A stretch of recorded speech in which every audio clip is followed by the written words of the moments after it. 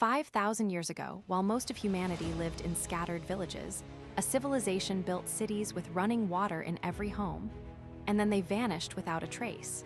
No one knows why. But imagine, what if they hadn't? You're standing at a crossroads in 1900 BCE.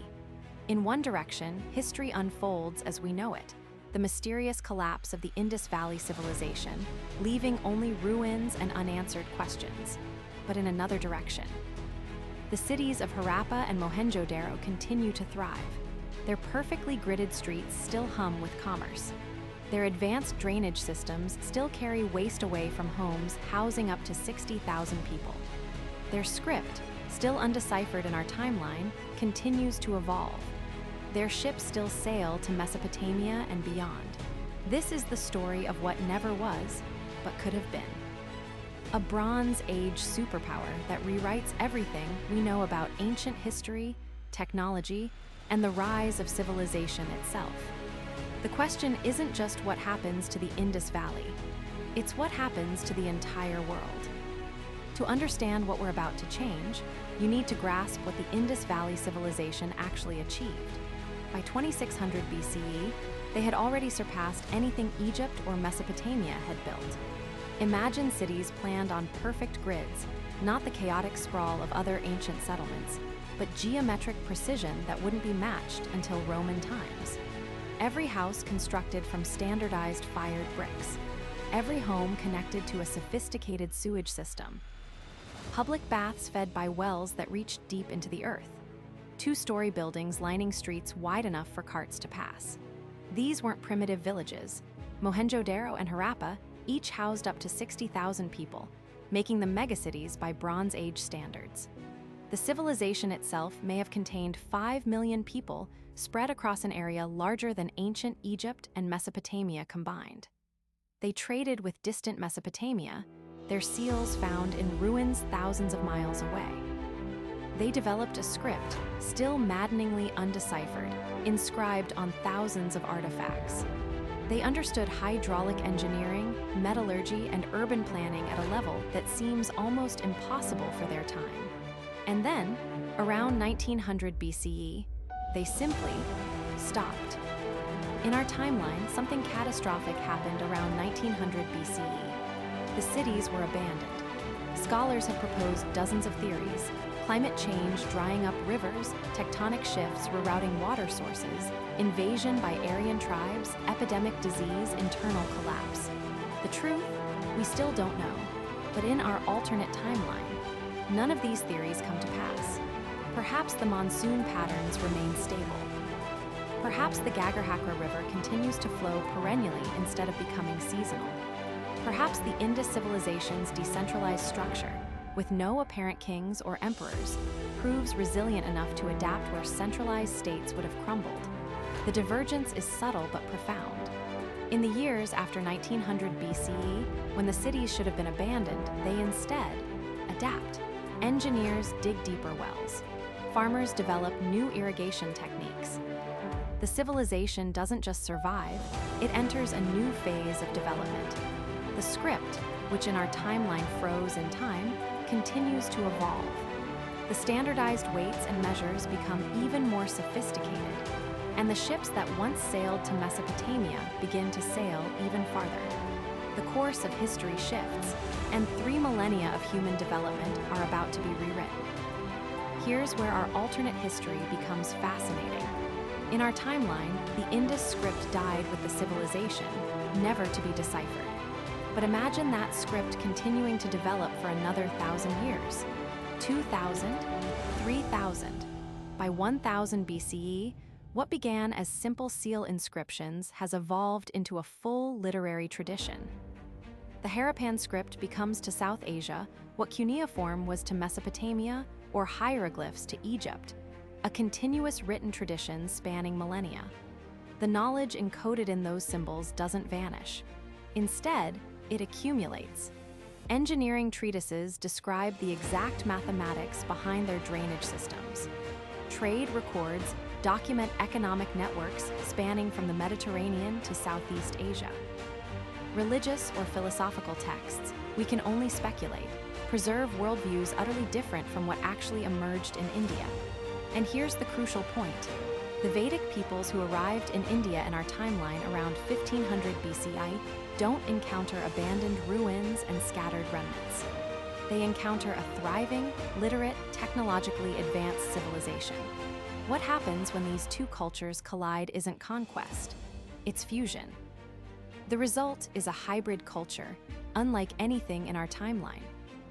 In our world, the Late Bronze Age collapsed around 1200 BCE, devastated civilizations from Greece to Egypt.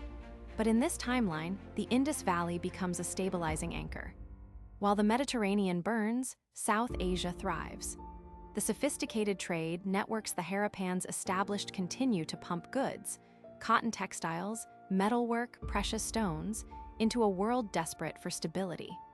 The cities grow even larger.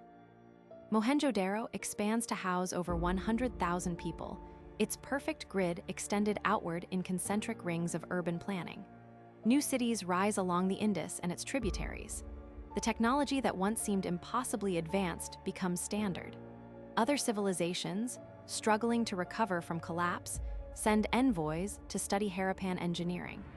Egyptian architects arrive to learn about their sewage systems. Mesopotamian merchants establish permanent quarters in Indus ports. And the Harappans themselves begin to push outward. Colonies are established along the coast of the Arabian Sea. Ships sail to East Africa, to Arabia, to the emerging civilizations of Southeast Asia. By 1000 BCE, the Indus Valley isn't just a regional power. It's becoming the world's first true thalassocracy, a maritime empire built on commerce and technical expertise rather than military conquest. But the most profound changes are philosophical and cultural.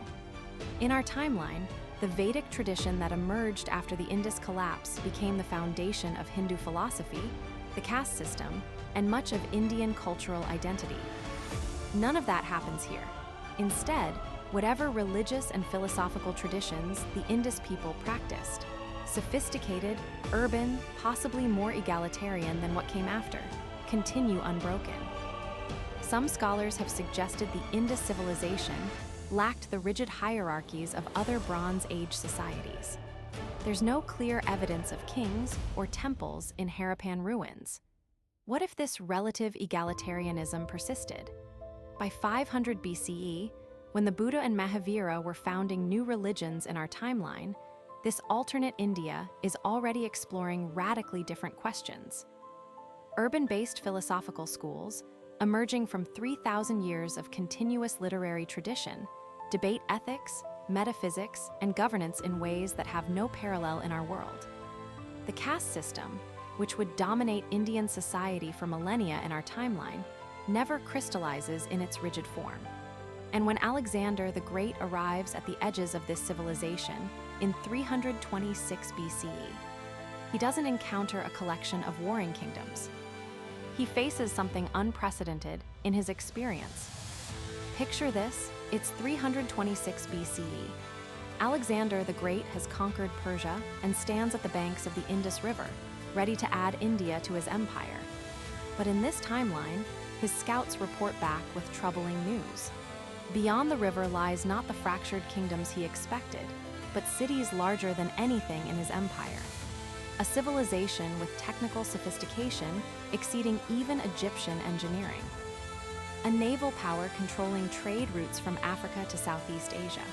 A military force not built on glory-seeking conquest, but on the systematic defense of a 3,000-year-old urban network. Alexander's generals mutiny not just from exhaustion, but from genuine fear of what they might be facing. The Macedonian king negotiates instead. A treaty is signed, the first formal diplomatic contact between East and West on equal terms. Greek merchants are welcomed into Indus ports.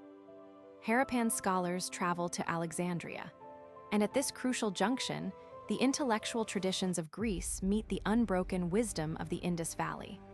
What follows is a fusion that accelerates technological and philosophical progress by centuries. While in our timeline, Indian and Greek thought would only meet slowly and indirectly. Here they collide head-on in 326 BCE. Fast forward to 100 CE. In our timeline, the Roman Empire dominates the West while China's Han Dynasty rules the East. But in this timeline, there's a third superpower that dwarfs them both in technological sophistication. The Greco-Harappan fusion has created what historians in this timeline call the Indus Golden Age. The mathematical and astronomical knowledge of both traditions combined produces advances that won't occur in our timeline until the Renaissance. Harappan engineers, with 3 millennia of urban planning experience, perfect water and sewage systems that won't be matched in Europe until the 19th century. The continuous literary tradition means knowledge isn't lost and rediscovered, it compounds. Hellenistic scientific method meets Harappan empirical engineering. By 200 CE, scholars in what we call Pakistan are conducting experiments in optics, chemistry, and medicine that seem almost impossibly advanced. They're printing books using movable type, a technology that won't appear in our timeline until China in the 11th century. They're building ships using advanced mathematics to calculate optimal hull designs. And perhaps most significantly, they're beginning to ask questions about the natural world in ways that suggest an early scientific revolution is brewing along the Indus River. But let's zoom out and consider the broader implications. In our timeline, the collapse of the Indus Valley may have contributed to major population movements and cultural disruptions throughout South Asia. The so-called Vedic Dark Age followed. Urban culture gave way to rural settlements. Literacy nearly vanished for centuries. The technological knowledge of the Harappans was lost. None of this happens in our alternate timeline. Instead, South Asia remains continuously urbanized from 2600 BCE onward, 5,000 years of unbroken city-based civilization. The implications cascade forward. Without a dark age, development accelerates. By 500 CE, when Rome is falling in our timeline, the Indus Empire is entering what might be called an early industrial revolution. Advanced water wheels power textile factories. Sophisticated chemistry enables better dyes, medicines, and materials.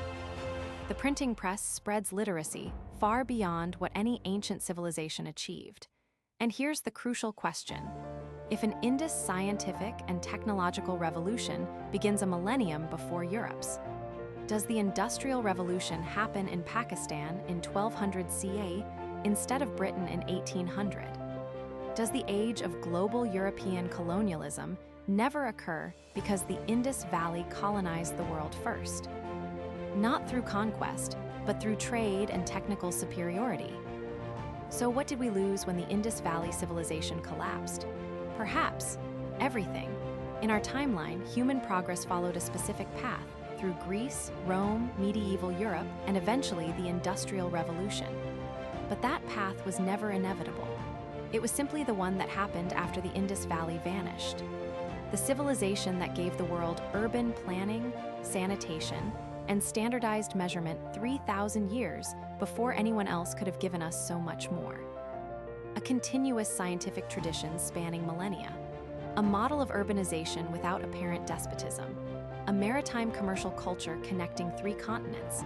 And most hauntingly, a written language that might have encoded knowledge, philosophy, and history we can never recover. As you go about your day, using running water and sewage systems that descend from Roman engineering, remember, the Harappans had all of that 2,000 years earlier. Then they vanished, and we had to reinvent it. The collapse of the Indus Valley Civilization wasn't just a local tragedy. It may have delayed human progress by more than a millennium. We'll never know what they knew. We'll never read their books. We'll never learn their secrets. But we can imagine, what if they had survived?